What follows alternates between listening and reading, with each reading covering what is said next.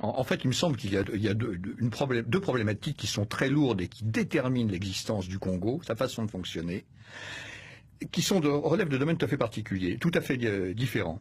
D'une part, il y a la justice. Vous m'avez dit que nous allions y revenir. Mais il y a autre chose encore, ce sont la destruction absolue des moyens de communication dans ce pays immense et qui font qu'il ne s'agit pas de se demander si une province est plus riche qu'une autre. Le Congo, le potentiel agricole du Congo permettrait de nourrir toute l'Afrique. Le pays est à cheval sur l'équateur. 6 mois de l'année, vous cultivez au nord, 6 mois de l'année, vous cultivez au sud, et un petit peu tout le temps, vous pouvez à peu près cultiver au milieu, d'une façon ou de l'autre. Donc, il y a ce problème de communication qui fait que la richesse est à l'est, la richesse minière est à l'est, elle est donc tournée vers l'océan Indien. Le pays, lui, sa vocation agricole n'est pas affirmée, n'est pas exploitée parce que le pays fait venir des denrées alimentaires, et vous avez une capitale qui ne sert pas à grand-chose, qui est tout à l'ouest, complètement excentrée par rapport à cette immensité. Il faut rappeler qu'en RDC, il y a 3 fuseaux horaires. Hein. Oui, il y a 3 fuseaux horaires en RDC. C'est quand même pas simple à gérer. Mais si vous n'avez pas une route qui vous permet d'aller de Kinshasa à Goma, lorsque les Belges ont lâché le Congo... Le seul moyen de transport aujourd'hui, c'est l'avion. Absolument. Pas au quotidien. Et encore, oui, c'est vrai. Lorsque les Belges ont lâché le Congo, ça avait été certainement la colonisation la plus dure qu'il y ait eu en Afrique, hein, ça c'est certain, des milliers de morts. Seulement, ils ont livré un pays clé en main, il faut aussi reconnaître ça, qui a été détruit dans les 10 ans qui ont suivi, les 15 années qui ont suivi. Il fallait une semaine pour aller de Kinshasa à Goma, par la route. Maintenant, quand vous allez de Kisangani à Goma en une semaine, c'est que vous avez vraiment réussi votre coup. Hein. Alors ça c'est très important parce que ça détermine tout. Le caractère excentré de Kinshasa détermine des comportements, détermine des logiques et des logiques politiques. Des logiques politiques que l'on va voir apparaître au moment des élections, parce que quand vous êtes à Maji-Maji, c'est pas la même chose que quand vous êtes à Kinshasa. Yassine Sio, vous l'avez ressenti ce décalage cette immensité de la RDC quand vous viviez à l'Est par rapport à Kinshasa, qui est quand même le centre à la fois économique et politique. Oui, le meilleur exemple, c'est qu'en étant resté pourtant sur place presque 2 ans et demi, j'ai jamais mis les pieds à Kinshasa. Je suis jamais allé parce qu'il n'y avait pas assez de vols, c'est très cher. Ça coûte presque $500 pour faire un Goma-Kinshasa, par lequel vous faites une escale en plus à Kisangani, donc parfois c'est sur 2 jours. Donc des très mauvais moyens de communication, et d'ailleurs on l'a bien vu l'année dernière au moment de la victoire de l'armée congolaise sur la rébellion. Le président Kabila a voulu faire une tournée dans la région et lui-même s'est empêtré sur les routes qui étaient désastreuses et a tenté une opération de com en montrant que lui-même essayait de reboucher les trous, ce qui a été catastrophique évidemment. Donc ça montrait que même pour le président, les routes il y a 850 km entre Kisangani et Butembo, là où moi je me trouvais.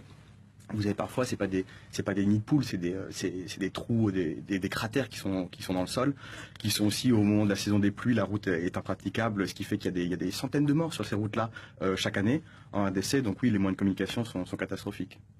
Marc Frontier. Les Congolais appellent l'office des routes l'office des trous.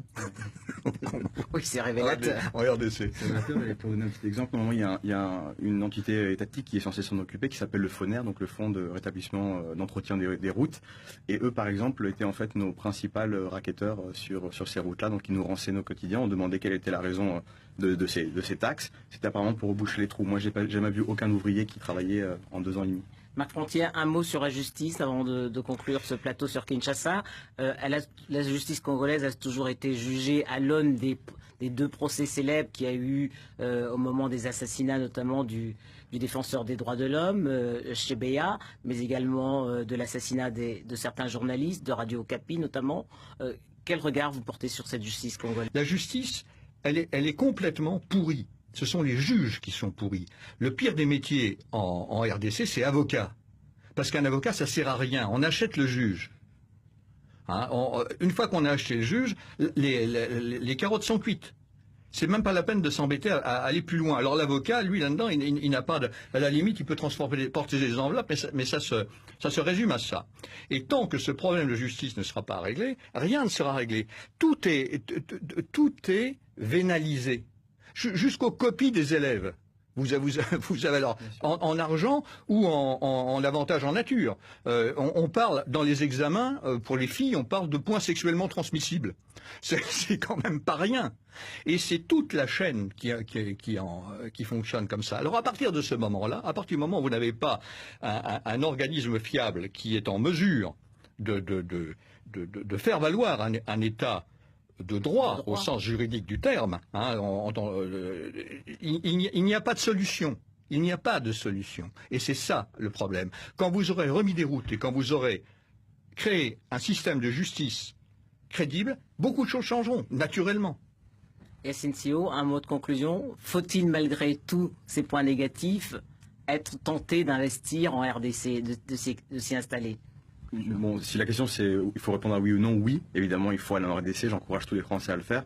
Maintenant, gardez en tête, surtout par rapport à ce que disait l'ambassadeur et Monsieur Giraud aussi avant, de garder en tête le grand flou dans lequel la RDC va y plonger là en 2015 par rapport aux élections de 2016. En 2016, ouais. Oui, par rapport aux élections de 2016, parce qu'il y aura quand même des élections locales, municipales et provinciales en 2015. Je rappelle que vous avez vécu les élections de 2011. Hein. Oui, j'étais sur place. Donc il y avait à la fois une effervescence citoyenne, mais dans le domaine des affaires, par contre, il y avait une psychose, il y a eu aussi une inflation des denrées alimentaires, les frontières ont été bloquées pendant 3 semaines avant, 3 semaines après, donc la situation n'était pas très facile. Mais si pour répondre à la question, est-ce que les Français doivent s'y rendre? Oui, bien entendu, mais quand même en gardant en tête tout ce que M. Fontry a à dire aussi, parce que c'est au Congo, si vous y allez et que vous avez envie d'investir et que vous faites face à la justice, à l'administration, au fisc et tout ça, c'est un vrai yo-yo émotionnel. Vous passez de la joie à la tristesse dans la même journée. Marc Frontier, un mot de conclusion. Non, c'est tout à fait ça.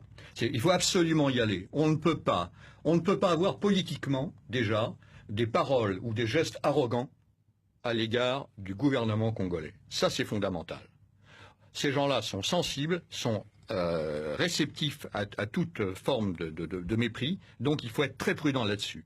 Maintenant, on ne peut pas, si on prétend être un grand pays comme nous le sommes, faire l'impasse sur le plus grand pays d'Afrique, qui a le sous-sol le plus riche d'Afrique et un des sous-sols les plus riches de la planète. Il faut savoir ce que l'on veut.